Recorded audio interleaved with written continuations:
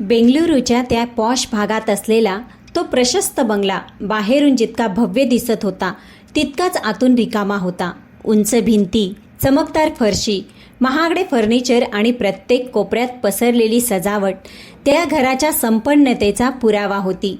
पण त्याच घराच्या एका कोपऱ्यात बसलेल्या एका वृद्ध आईच्या आयुष्यात ना शांतता होती ना आपलेपणा. सविताताई, जी कधी त्या घराचा केंद्रबिंदू होती, आज त्याच घरात एक नकोशी सावली बनून राहिली होती. पतीच्या निधनानंतर त्यांनी आपल्या मुलाला राजेशला वाढवून मोठं केलं, त्याला शिकवलं आणि या टप्प्यावर पोचवलं जिथे आज तो मोठ्या कंपनीत उच्च पदावर काम करत होता. पण विडंबना अशी होती की ज्या मुलासाठी त्यांनी आपले संपूर्ण आयुष्य घालवलं, तोच मुलगा आता त्यांच्या दिशेने पाहायला सुद्धा तयार नव्हता. राजेशच्या लग्नानंतर घराचं वातावरण हळूहळू बदलू लागलं होतं. प्रीती त्याची पत्नी आधुनिक विचारांची आणि उच्च राहणीमान असलेली महिला होती, जिला या घराची प्रत्येक गोष्टीवर अधिकार हवा होता, फक्त त्या वृद्ध आईशिवाय, जी तिला ओझं वाटत होती. प्रीतीच्या वागण्यात एक विचित्र कठोरता होती. ती सविताताईला प्रत्येक छोट्या मोठ्या गोष्टींवर टोचत असे, त्यांच्या प्रत्येक कृतीत दोष काढत असे आणि त्यांना हे जाणवून देण्याचा कधीच कमी करत नसे की या घरात त्यांची काहीच जागा उरलेली नाही. सर्वात जास्त वेदनादायक गोष्ट म्हणजे ती त्यांना त्यांच्या स्वतःच्या नातू आरवजवळ सुद्धा जाण्यापासून रोखत असे. आरव, जो साधारण 10-12 वर्षाचा होता, आपल्या निरागसतेत कधीकधी आपल्या आजीकडे येत असे. त्याच्यासाठी आजीचं प्रेम एखाद्या गोड सावलीसारखं होतं. पण प्रीतीला हे अजिबात आवडत नव्हतं. ती वारंवार सविताताईंना इशारा देत असे की त्यांनी तिच्या मुलाला हात लावू नये, जणू त्यांच्या स्पर्शात काही अपवित्रता आहे. हे फक्त एक टोमणा नव्हता, तर असा आरोप होता जो प्रत्येक वेळी सविताताईंच्या आत्मसन्मानाला तडा देत होता. त्यांना समजत नव्हतं की तोच स्नेह ज्याने त्यांनी आपल्या मुलाला वाढवलं, तो आज अचानक इतका अस्वीकार्य कसा झाला. सविताताई अनेकदा घराच्या कोपऱ्यात शांत बसत असत. त्यांच्या डोळ्यात नेहमी कुणाच्या तरी प्रतीक्षेची छटा असे, कदाचित मुलाच्या एखाद्या प्रेमळ शब्दाची किंवा नातवाच्या एखाद्या निरागस हास्याची. पण प्रत्येक दिवशी त्यांच्या वाट्याला फक्त तिरस्कारच येत असे. राजेश, जो कधी आपल्या आईची बोटे धरून चालायचा, आता आपल्या पत्नीच्या इशारावर नाचत होता. त्याला आपल्या आईचं दुःख दिसत होतं, पण तो त्याकडे दुर्लक्ष करत होता. त्याच्यासाठी घरातील शांतता राखणं अधिक महत्त्वाचं होतं. त्याच्या आईची शांतता आणि अश्रू होती. दिवसेंदिवस सविताताईंसाठी हे घर एका कैदखान्यासारखं बनत चाललं होतं. त्या प्रत्येक काम खूप सावधपणे करत, जेणेकरून प्रीतीला काही तक्रार होऊ नये. पण तरीही त्यांना अपमानित करण्यासाठी काही ना काही कारणं काढली जात होती. कधी त्यांच्या खाण्याच्या पद्धतीवर, कधी कपड्यांवर टिप्पणी, तर कधी त्यांच्या अस्तित्वावरच प्रश्न. हळूहळू त्यांनी बोलणं कमी केलं होतं. त्यांना कळलं होतं की या घरात त्यांच्या आवाजाची काही किंमत नाही. एक विचित्र भीती त्यांच्या मनात घर करून बसली होती. त्या सतत या भीतीत जगत होत्या की कुठे काही चूक होऊ नये, कारण प्रत्येक चुकीची शिक्षा त्यांना अपमानाच्या रूपात मिळत होती. त्यांनी स्वतःला घराच्या एका मर्यादित भागातच सीमित केलं होतं, जणू त्यांचं संपूर्ण अस्तित्व त्या छोट्याशा कोपऱ्यात समावलं होतं. तरीही जेव्हा कधी आरव त्यांच्या जवळ येत असे आणि निरागसतेने त्यांना मिठी मारत असे, तेव्हा त्यांच्या चेहऱ्यावर हलकीशी स्मित उमटत असे. एक अशी स्मित ज्यात समाधानापेक्षा जास्त वेदना दडलेली होती. वेळेनुसार स्पष्ट होत चालले होते की या घरात सविताताईंची स्थिती एखाद्या सदस्यासारखी नसून ओझ्यासारखी होती. पूजाचे टोमणे आणि राजेशची उदासीनता यांनी त्यांना आतून मोडून टाकले होते. पण तरीही त्या ही आशा सोडू शकत नव्हत्या की कदाचित एक दिवस सगळं ठीक होऊन जाईल. कदाचित त्यांचा मुलगा पुन्हा एकदा त्यांच्याकडे त्याच नजरेने पाहिल जसा कधीतरी लहानपणी पाहायचा. त्या दिवशी सकाळची सुरुवातही इतर दिवसांसारखीच झाली होती, पण वातावरणात एक विचित्र अस्वस्थता होती, जी कदाचित फक्त सविताताईंनाच जाणवत होती. घरातील इतर लोक आपापल्या कामात व्यस्त होते, पण त्यांच्या मनात एक अज्ञात भीती वारंवार डोकं वर काढत होती. त्या स्वयंपाकघरात उभ्या राहून चहा बनवत होत्या.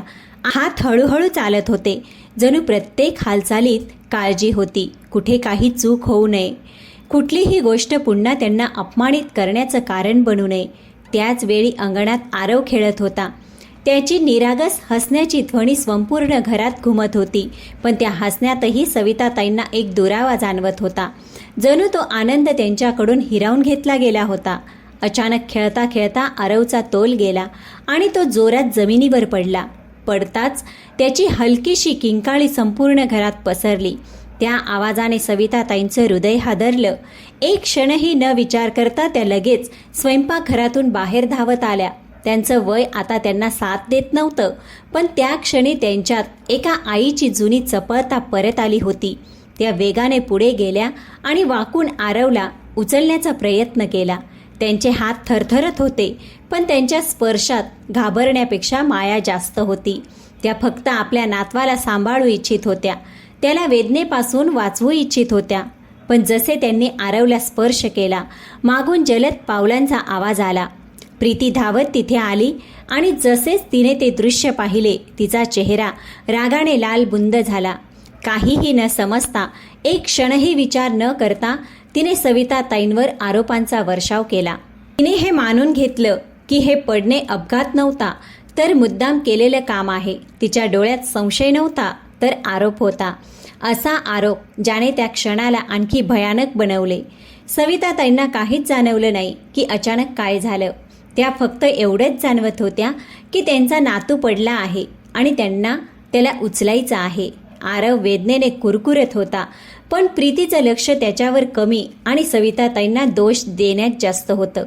तिने झटक्यात मुलाला त्यांच्या हातातून दूर खेचलं, जणू त्यांचा स्पर्श एखाद्या धोक्यापेक्षा कमी नव्हता. त्या क्षणी सविताताईंचे हात हवेत थांबले.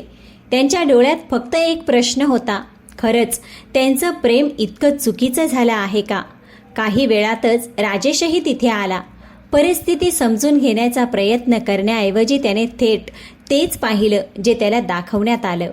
प्रीतीने आपल्या परिस्थितीने संपूर्ण घटना अशा प्रकारे मांडली की त्यात सत्यासाठी काहीच जागा उरली नाही.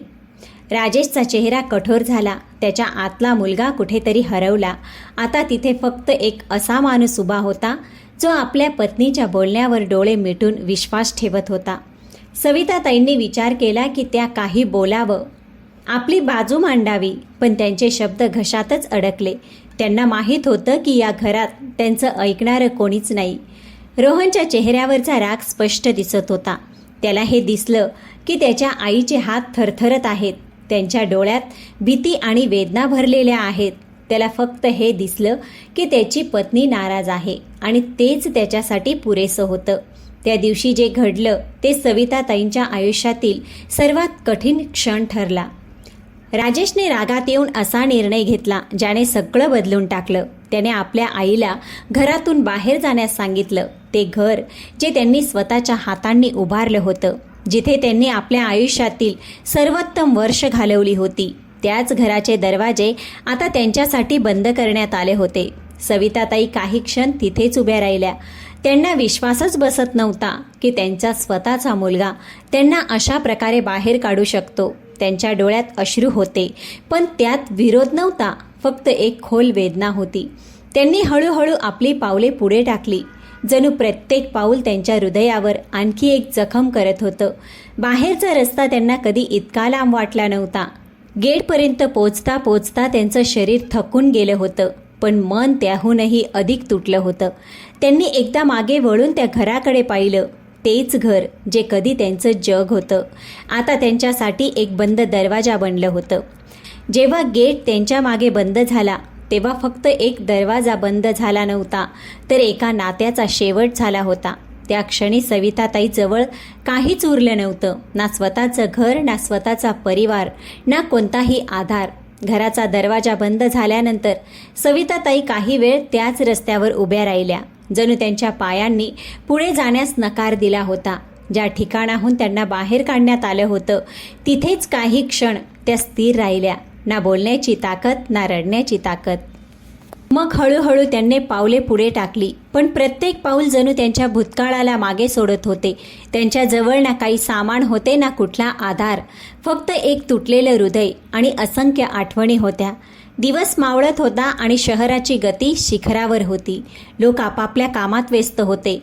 एक वृद्ध स्त्री कोणत्याही आधाराशिवाय रस्त्यावर भटकत होती. सविताताईंसाठी प्रत्येक चेहरा अनोळखी होता आणि प्रत्येक रस्ता अपरिचित. भूक, थकवा आणि वेदना हळूहळू त्यांच्या शरीरावर हावी होत होते. पण त्यांच्या आत अजूनही एक विचित्र ठामपणा होता.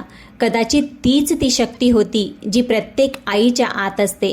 रात्र गडद होत चालली होती. रस्ते आता सुनसान होत चालले होते आणि हवेत गारवा पसरला होता. सविताताई एक ओसाड गल्लीने जात होत्या, जिथे दूर दूरपर्यंत कोणीही दिसत नव्हतं. तेव्हाच अचानक त्यांना काही हालचाल जाणवली. पुढे थोड्या अंतरावर काही सावल्या एका लहान मुलाला वेढून उभ्या होत्या. ते मूल घाबरलेलं होतं. त्यांच्या छोट्या छोट्या किंकाळ्या त्या शांततेला भेदत होत्या. तो प्रसंग पाहून सविताताईंच्या आत काहीतरी जागे झाले. त्यांचे स्वतःचे दुःख, त्यांचा अपमान, त्यांचा थकवा सगळे जणू एका क्षणासाठी नाहीसे झाले. त्यावेळी त्यांच्यासमोर फक्त एक घाबरलेलं मूल होतं आणि त्यांच्या आत फक्त एका आईचे हृदय. त्यांनी क्षणभरही विचार न करता वेगाने पुढे जाण्याचा निर्णय घेतला. त्यांचे वय आणि कमजोरी त्या क्षणी त्यांच्यासाठी महत्त्वाची नव्हती. त्यांनी पूर्ण धैर्य गोळा केलं आणि त्या लोकांसमोर जाऊन उभ्या राहिल्या. त्यांच्या चेहऱ्यावर भीती नक्कीच होती, पण त्याहून खूप जास्त धैर्य होतं. त्यांनी त्या मुलाला आपल्या दिशेने ओढून घेतलं आणि त्याला आपल्या मागे लपवले. ते मूल थरथरत होते. त्याचे श्वास वेगाने चालले होते, पण सविताताईंच्या स्पर्शात त्याला एक वेगळाच दिलासा जाणवला. तोच दिलासा जो फक्त आईकडे असतो. काही क्षणांच्या तणाव आणि संघर्षानंतर ते लोक तिथून निघून गेले. कदाचित त्यांनी त्या वृद्ध स्त्रीच्या डोळ्यात ती ठामता पाहिली होती, जी कोणत्याही भीतीपेक्षा मोठी असते. जेव्हा ते गेले तेव्हा सविताताईंनी सुटकेचा दीर्घ श्वास घेतला. त्यांचे शरीर थकव्याने थरथरत होतं, पण त्यांच्या चेहऱ्यावर समाधानसुद्धा होतं. त्यांनी कोणाचे तरी प्राण वाचवले होते. ते मूल अजूनही त्यांच्यासोबत चिटकून होतं. त्याच्या डोळ्यातली भीती हळूहळू कमी होत होती आणि तिच्या जागी विश्वास येत होता. सविताताईंनी त्याला हळूहळू सावरले, त्याचे अश्रू पुसले आणि त्याला आपल्यासोबत चालण्यासाठी प्रोत्साहित केले. त्यांच्याजवळ ना घर होतं ना कोणते ठिकाण, पण तरीही त्यांनी त्या मुलाला एकटे सोडण्याचा विचारही केला नाही. त्यांनी त्या रात्री एका छोट्याशा मंदिराबाहेर आसरा घेतला. थंड जमिनीवर बसून त्यांनी त्या मुलाला आपल्या पदरात झोपवले. स्वतः त्यांनी काही खाल्ले नाही, पण मुलासाठी जे थोडेफार मिळाले ते त्याला दिले. ती रात्र त्यांच्या आयुष्यातील सर्वात कठीण रात्रीपैकी एक होती, पण त्याच रात्री त्यांनी एक नवीन उद्देश शोधला होता. पुढील काही दिवस सविताताईंनी त्या मुलाची काळजी घेत घालवले. त्यांनी त्याला आंघोळ घातली, खाऊ घातले आणि प्रत्येक क्षणी त्याची काळजी घेतली. हळूहळू ते मूल त्यांच्यासोबत रुळू लागले. त्याचे हसू परत येऊ लागले आणि त्याच्या डोळ्यातील भीती कमी होऊ लागली. सविताताईसाठी ते मूल आता फक्त एक जबाबदारी नव्हती, तर ते एक नवीन नाते बनले होते. असे एक नाते ज्यात कोणताही स्वार्थ नव्हता, फक्त ममता होती. त्यांना माहीत नव्हतं की ते मूल कोण आहे, कुठून आले आहे, पण त्यांनी हे जाणून घेण्याचाही प्रयत्न केला नाही.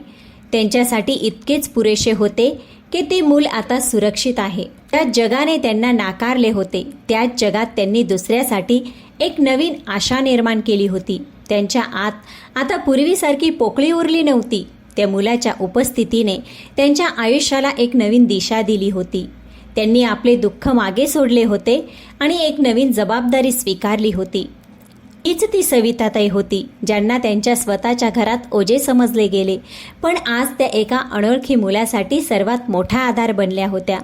त्यांना माहीत नव्हते की पुढील दिवसात काय होणार आहे, पण फक्त एक गोष्ट निश्चित होती, त्यांची ही मानवता, त्यांचा हा त्याग लवकरच जगासमोर येणार होता. दिवस पुढे जात होते आणि सविताताईंच्या जीवनात आता एक नवा क्रम तयार झाला होता. शहराच्या गर्दीपासून दूर एका मंदिराजवळ बनलेल्या छोट्या अशा कोपऱ्यात त्यांनी स्वतःसाठी आणि त्या मुलासाठी एक तात्पुरता आसरा तयार केला होता. आता त्यांच्या दिवसाची सुरुवात त्याच मुलाच्या काळजीने होत असे आणि शेवटही त्याच्याच चिंतेसोबत होत असे. तो मुलगा जो काही दिवसांपूर्वीपर्यंत भीती आणि असहाय्यतेने वेढलेला होता, आता हळूहळू हसू लागला. त्याच्या डोळ्यात विश्वास परत आला आणि तो सविताताईंच्या मायेतील स्वतःला सुरक्षित वाटू लागला. सविताताईंसाठी हे सगळं सोपं नव्हतं. स्वतःसाठी 2 वेळचं जेवण जमवणं सुद्धा कठीण होतं. पण तरीही त्यांनी त्या मुलाच्या गरजांना स्वतःवर हावी होऊ दिलं नाही. जे थोडंफार मिळत होतं ते आधी मुलालाच खाऊ घालत, नंतर स्वतःबद्दल विचार करत. त्यांच्या थकलेल्या डोळ्यात अजूनही वेदना होत्या, पण त्या वेदनांच्या मागे एक वेगळंच समाधानसुद्धा दडलेलं होतं. कोणाचं तरी जीवन वाचवण्याचं, कोणासाठी आधार बनण्याचं. तिकडे शहराच्या दुसऱ्या टोकाला एक वेगळीच हलचल सुरू झाली. एक मोठे उद्योगपती विक्रम यांच्या घरात अस्वस्थता आणि चिंतेचं वातावरण होतं. त्यांचा एकुलता एक मुलगा विवान अचानक गायब झाला होता. संपूर्ण घर जणू दुःखात बुडालं होतं.